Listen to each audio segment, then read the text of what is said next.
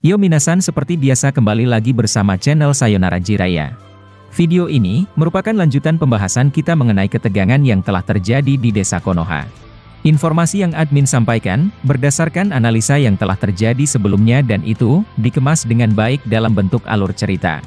Tapi sebelum itu, seperti biasa gunakan headset untuk menonton video ini agar suaranya terdengar lebih jernih dan jelas. Serta sediakan sebuah makanan dan segelas teh atau kopi, untuk menemani kalian dalam menyimak pembahasan di channel ini. Jadi gak usah banyak basa-basi lagi dan mari langsung saja kita bahas bersama-sama tema hari ini.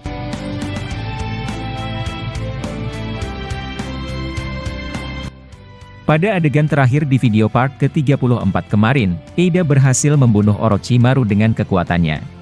Boruto dan Sasuke sangat terkejut melihat momen itu dan mereka ingin membantu menyelamatkan Orochimaru. Akan tetapi, ternyata itu hanyalah bunshin Orochimaru yang terbuat dari ular. Lalu dengan bangganya Orochimaru berkata, dia tak akan mudah dikalahkan hanya dengan serangan seperti itu. Nah sekarang, mari kita lanjut pembahasannya pada video part ke-35 ini. Adegan pertama memperlihatkan ketegangan di tempat Kawaki dan Himawari berada. Sebelumnya, Kawaki membawa Hima ke sebuah rumah milik warga desa Konoha. Di sana, Hima membicarakan tentang Boruto adalah saudara dan bukan seorang pembunuh. Akan tetapi, Kawaki tetap pada tujuan awalnya yaitu untuk membunuh Boruto agar Momoshiki tak bangkit lagi. Meskipun demikian, Hima akan tetap percaya bila Boruto tak pernah membunuh seorang Naruto. Lalu ketika mereka sedang berdebat tentang itu, ada salah satu Sumeaka Kode menggunakan sebuah jurus melalui Rinnegan miliknya. Ternyata, bukan hanya satu yang memiliki Rinnegan akan tetapi, ada beberapa lainnya yang juga menggunakannya. Setiap Sumeaka tersebut, memiliki kemampuan tersendiri yang berbeda-beda. Dengan perasaan khawatir Kawaki berkata, ini benar-benar sangat buruk dan di luar perkiraanku. Mengapa monster-monster itu, memiliki mata layaknya para Otsutsuki? Himawari lalu menyambung ucapan Kawaki dengan berkata, terlebih lagi mereka memiliki kemampuan yang berbeda. Salah satu jenis kemampuannya, mampu menarik dan melemparkanmu kembali Oni-chan. Itu seperti tarikan magnet yang keras dan mungkin, akan menjadi senjata andalan dari mereka. Kawaki lalu melihat ke arah Hima sambil berkata, kau cukup pintar untuk mengamati tentang apa yang terjadi di sekitarmu. Aku harus segera membawamu pergi dari sini, agar kau tak dapat berubah menjadi pohon suci. Lupakan apa yang kita bahas tadi dan sekarang, ayo kita bekerja sama untuk melawan mereka. Jika tak melawan secara langsung, tak ada cara lain untuk dapat melewati mereka. Akan tetapi, kau harus selalu di dekatku dan jangan melakukan tindakan yang bodoh, jika aku tak menyuruhmu untuk menyerangnya. Hima terlihat siap sambil berkata, baiklah kakak dan sekarang, mari kita lewati ini bersama. Kawaki melihat ke arah Hima, dengan perasaan sedih dan dia, mencoba berkata halus kepada Hima. Hei Himawari-chan, setelah semua ini selesai, kau akan bahagia lagi seperti sedia kala. Oleh karena itu, aku tak akan membuatmu menjadi seperti mereka, atau mati dibuat oleh orang-orang seperti Kode ataupun Boruto. Aku akan menjagamu dan itu, merupakan janjiku kepada ayah dan ibu. Sampai hari itu tiba, kau harus tetap kuat melewati semuanya. Hima terkejut dan merasa terharu, mendengar perkataan kakaknya yang penuh rasa peduli kepadanya. Hima lalu berbicara dalam hati dengan berkata, selama 3 tahun sejak insiden itu, baru kali ini dia berbicara seperti itu kepadaku. Nah seperti yang kalian ketahui, walaupun Kawaki tak mau dipanggil kakak oleh Hima di chapter 2 kemarin, Kawaki pasti masih tetap peduli dengan Himawari. Hanya saja, cara didikannya sedikit berbeda dibandingkan dengan Boruto. Kawaki agak sedikit keras ke Hima dan itu, merupakan sifat asli Kawaki tanpa kepura-puraan. Lalu dengan ekspresi yang memunculkan mata berkaca-kaca, Hima lalu mengiyakan perkataan dari Kawaki dan mereka, segera melewati banyaknya pasukan Jubi tersebut. Untuk pasukan Jubi sendiri, pasti mereka memiliki kemampuan tersendiri melalui mata Rinnegan itu. Apalagi sebelumnya, mereka juga bisa berbicara meskipun hanya sebatas mengatakan nama Otsutsuki saja. Akan tetapi, admin malah curiga bahwa nanti, mereka akan menjadi seperti Zetsu putih yang bisa berbicara lancar layaknya manusia. Lalu dengan seperti itu, mereka bisa mengendalikan mata Rinnegan tersebut. Jika itu terjadi, ini bakal menjadi bencana besar bagi Kawaki dan lainnya. Tak ada waktu untuk meladeni Boruto karena sekarang, pasukan Kode benar-benar jauh lebih kuat. Tidak mungkin Rinnegan itu, hanya dijadikan sebagai hiasan saja oleh Masashi Kishimoto Sensei. Lalu kemudian, Kawaki mengaktifkan karma miliknya, dan membuat celah agar Hima bisa berlari ke sana. Kawaki membuat mereka semua, tertahan oleh kubus-kubus besar yang jatuh menimpa para Sumeaka. Melihat hal itu, Hima langsung berlari dan mencoba melewati mereka. Secara tidak langsung, mereka telah membuat sebuah duet kakak-adik palsu ini, yang sangat jarang terjadi ketika di 3 tahun sebelumnya. Lalu berikutnya, adegan beralih ke Daemon, yang mulai merasakan bahwa kakaknya menghilang. Dengan perasaan khawatir, Daemon kembali ke kantor Hokage untuk mencari kakaknya. Ketika dia sedang berjalan ke sana, Sumire memanggil nama Daemon. "Hei Daemon, kau akan pergi kemana dalam keadaan tergesa-gesa seperti itu?" Dengan ekspresi datar Daemon berkata, "Aku ingin mencari di mana Eida berada. Aku tak merasakan keberadaannya, semenjak beberapa menit yang lalu." Sumire lalu bertanya, "Mungkinkah dia pergi membantu yang lainnya?"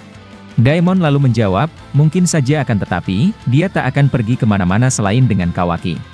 Aku memiliki firasat buruk mengenai hal ini dan sekarang, aku akan pergi bertanya langsung kepada Hokage." Daemon lalu meninggalkan Sumire, yang terlihat bertanya-tanya tentang kemana perginya Eida. Dia lalu beranjak ke tempat Sarada berada, untuk membantunya melawan seorang kode. Sesampainya di sana, Sumire melihat bahwa Kakashi telah terluka. Sumire panik dan mencoba membantu Sakura, untuk memulihkan luka dari Kakashi. Peran seorang Sumire di seri Boruto, sekarang terlihat lebih ke arah tim medis desa Konoha. Dengan pengetahuan medisnya, Sumire menyarankan Kakashi untuk dibawa ke rumah sakit. Sakura lalu mengiyakan itu karena Kakashi, mesti harus mendapatkan perawatan yang lebih intens. Serangan cakar milik Kode, benar-benar merupakan bencana bagi mereka yang terkena. Lalu kemudian, Kode mengatakan sesuatu yang menjengkelkan kepada mereka. Dengan ekspresi mengejek Kode berkata, "Satu lagi wanita datang untuk melawanku. Jujur saja, aku bosan melawan para wanita seperti kalian." Setelah itu, adegan berpindah ke tempat Eida dan Boruto. Di sana, Orochimaru mencoba memperlihatkan ke Eida, tentang kemampuannya yang sebenarnya. Dengan ekspresi serius, Orochimaru lalu menyerang lagi melalui udara. Dia melompat ke atas, sambil mengeluarkan ribuan ular seperti halnya sebuah tsunami. Boruto dan Sasuke langsung melompat dan tempat mereka, dipenuhi oleh ular milik Orochimaru. Eida lalu mengaktifkan kekuatannya, yang membuat ribuan ular itu seketika mati dan berhenti melaju. Orochimaru tak terlihat khawatir karena dia, mengetahui jika lawannya adalah orang yang bergen Otsutsuki. Orochimaru langsung mengurung Eida, menggunakan teknik penghalang warna biru. Akan tetapi, Eida berhasil melepaskan itu, hanya dengan cara yang masih misterius. Ada yang mengatakan bahwa Eida, hanya memiliki satu jurus saja. Padahal sebenarnya, itu masih ungkapan atau pendapat dari beberapa fans saja. Ada kemungkinan besar bahwa Eida, memiliki jurus lain yang juga mengerikan. Melihat hal itu, Boruto langsung pergi membantu Orochimaru. Boruto maju dengan mengaktifkan karmanya, sambil mencoba menangkap Eida. Akan tetapi, Eida begitu lincah dan melakukan sesuatu yang tak masuk di akal. Ada beberapa serangan Eida, yang belum bisa dijelaskan secara rinci. Itulah kekuatan dari seorang Otsutsuki, yang telah berubah menjadi dewa bagi bangsa Otsutsuki sendiri. Adegan lalu berpindah ke Daemon, yang akhirnya merasakan keberadaan dari kakaknya. Dia mengikuti aura Eida, langsung ke tempat mereka bertarung di hutan sebelah barat. Ketika Daemon sampai beberapa menit, dia melihat sebuah penghalang yang begitu besar. Dia tahu bahwa kakaknya sedang bertarung dengan Boruto dan lainnya.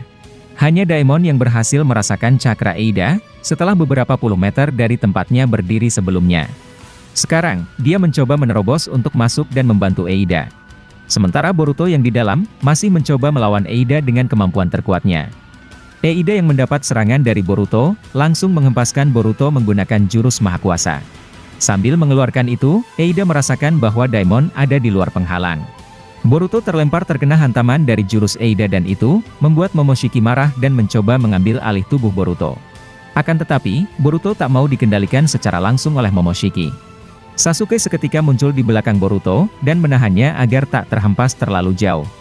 Sementara itu, Eida kemudian membawa Daemon masuk dan berdiri di sampingnya. Dengan ekspresi terkejut Boruto berkata, "Sial, kita mendapatkan lawan yang sedikit merepotkan." Daemon juga kemudian berkata, "Sangat tidak adil 3 orang pria melawan 1 orang wanita. Sekarang, aku akan membantunya dan ayo kita selesaikan ini." Momoshiki di dalam tubuh Boruto, menampilkan ekspresi kesal dan mencoba berbicara kepada Boruto. Mengapa anak seperti dia, datang kembali dan muncul di sini?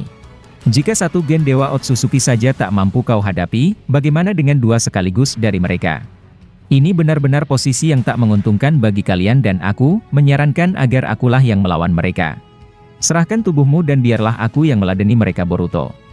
Nah, dalam keadaan tegang seperti itu, Orochimaru tiba-tiba mengeluarkan kemampuan Sage mode ular.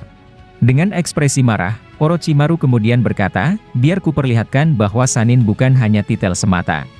Jangan remehkan aku karena itu akan menjadi bumerang bagi kalian.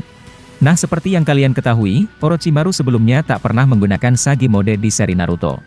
Akan tetapi, bukan tidak mungkin bahwa dia akan bisa menggunakan itu ketika di chapter Boruto ke depannya. Dia bisa membuat Mitsuki dapat menggunakan Sage mode ular yang luar biasa. Dari sini, Orochimaru pasti bisa menggunakannya juga dan lebih kuat dibandingkan Mitsuki. Lalu melihat momen tersebut, Daemon hanya tersenyum sambil berkata, "Aku sangat tertarik dengan situasi ini." Namun sayangnya, adegan akhirnya berakhir di sini. Untuk kelanjutannya, kita akan membahasnya pada video part ke-36 nantinya. Mungkin itulah informasi kali ini yang dapat admin sampaikan kepada kalian semua. Masih banyak prediksi atau hal-hal yang akan terjadi ke depannya, yang bakalan kami bahas tuntas di channel ini. Dan jika kalian suka dengan pembahasan teori maupun fakta di channel kami, jangan lupa untuk selalu stay menunggu dan selalu berlangganan. Sampai jumpa di video selanjutnya dan salam Shinobi.